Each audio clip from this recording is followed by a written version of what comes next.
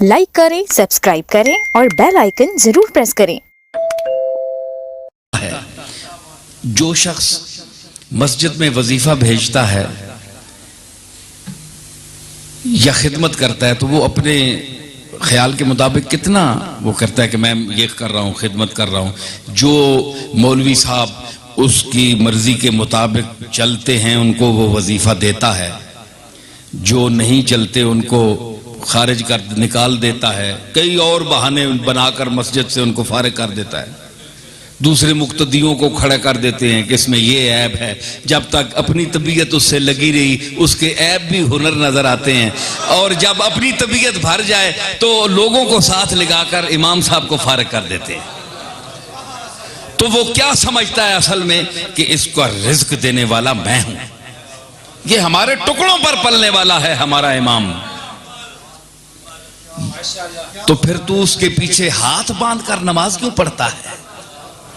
जब इतना घटिया समझता है तू उसे, तो इसकी इक्तिदा में क्यों खड़ा होता है? तुम्हें शर्म नहीं आती?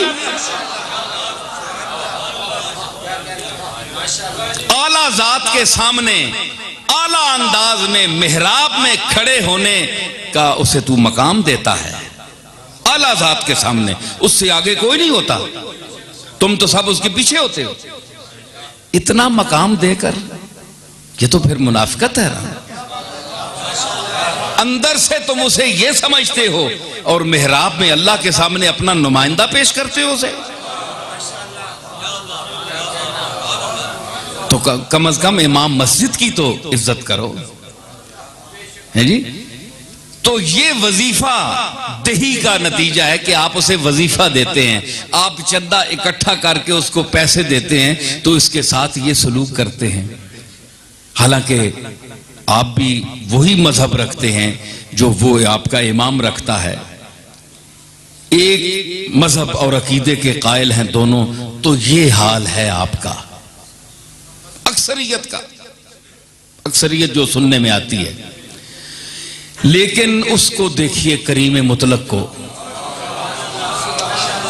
कि उसके साथ वो शरीक ठहरा रहे हैं उसको कि ये मूर्तियां, ये बुत हमें रिज्क देते हैं। कोई बारिश बरसाता है, कोई रिज्क देता है, कोई बच्चा देता है, कोई बेटा देता है, कोई बेटी देता है। ये उनके मज़ाहिब है। 36 लाख बुत हैं हिंदू मजहब में, 36 लाख मूर्तियां हैं जिनके साथ उन्होंने अलग अलग अकीदा बना रखा है कि ये मूर्ति जो है ये देगी, ये मूर्ति ये देगी, ये मूर्ति ये देगी।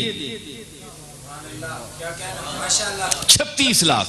मैं इनके गुरुद्वारे में गया, हिंदुओं के मंदिर में गया देखने के लिए। लंदन में गया तो मैं अंदर जब गया तो मैंने देखा, तो मैंने अर्ज की कि जो आया बुतकदे में उसने सजदों पर किए सजदे, जो आया बुतकदे में उसने सजदों पर किए सजदे। इलाही तूने क्या शय इन बुतों के दरमियान रख दी।